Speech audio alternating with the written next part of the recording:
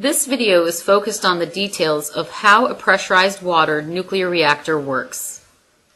Nuclear power plants are advanced versions of conventional coal power plants. When a furnace in a coal power plant is replaced by a nuclear reactor, it becomes a nuclear power plant. Since a nuclear reactor is a controlled nuclear heat generator, aka a nuclear bomb, it requires a higher standard of safety. While a coal power plant uses 2 water cycles, one for the steam cycle and the second for the cooling cycle, the nuclear power plant only uses 3. The first cycle is the pressurized water cycle, known as the primary cycle, and is leak-proof to prevent nuclear contamination. The second is a steam generation cycle called the secondary cycle. Unlike the pressurized water cycle, this is a leak-prone cycle. The third is the cooling water cycle. Now let's see how these 3 cycles operate. The primary cycle is contained in a strong concrete chamber where pressurized water passes between the nuclear materials and nuclear heat is transferred to water. The amount of heat generation is controlled by neutron poison rods. The purpose of these rods are to lower the high reactivity of the fuel loads. By adjusting the position of the rods, the amount of heat generation can be controlled. When these rods are completely inserted into a fuel load, neutron absorption slows the nuclear reaction and heat generation goes down.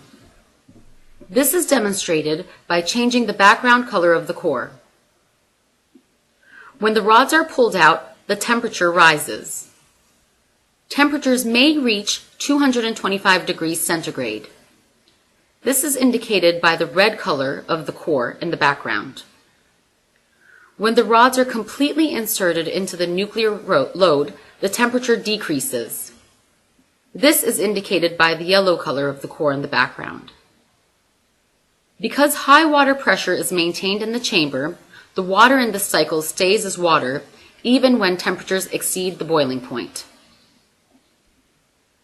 This hot water is sent to the boiler where the heat is transferred to the secondary cycle, which we will describe next. The water leaving the boiler is then pumped back to the core. The secondary cycle consists of a boiler where the heat from the primary cycle is passed to the secondary cycle to generate high pressurized steam. This steam is sent to the steam turbine, which is connected to an electric generator to produce electricity. Steam leaves the turbine under atmospheric pressure and enters the condenser. Cold water coming from the river condenses the steam, and condensed water is pumped back to the boiler. The purpose of the steam pipe going from high inlet pressure to the exit bearing is to prevent air from entering the secondary cycle. Since the turbine exit pressure is under atmospheric pressure, air will leak through from the bearings no matter how well the insulation of the bearings may be. Sending pressurized steam through the middle of the bearings prevents the air from leaking into the system. Rather than air entering the system, steam leaks into the environment. If there are any cracks in the pipes, in the primary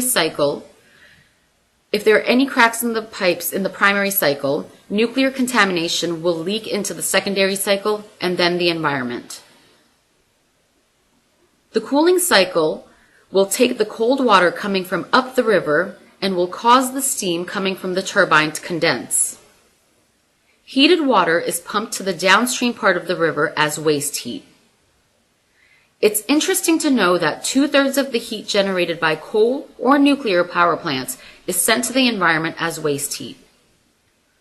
Unfortunately, there's nothing we can do about it since it's dictated by one of the laws of thermodynamics. This concludes our video on nuclear power plants. Please join us next time and don't forget to subscribe.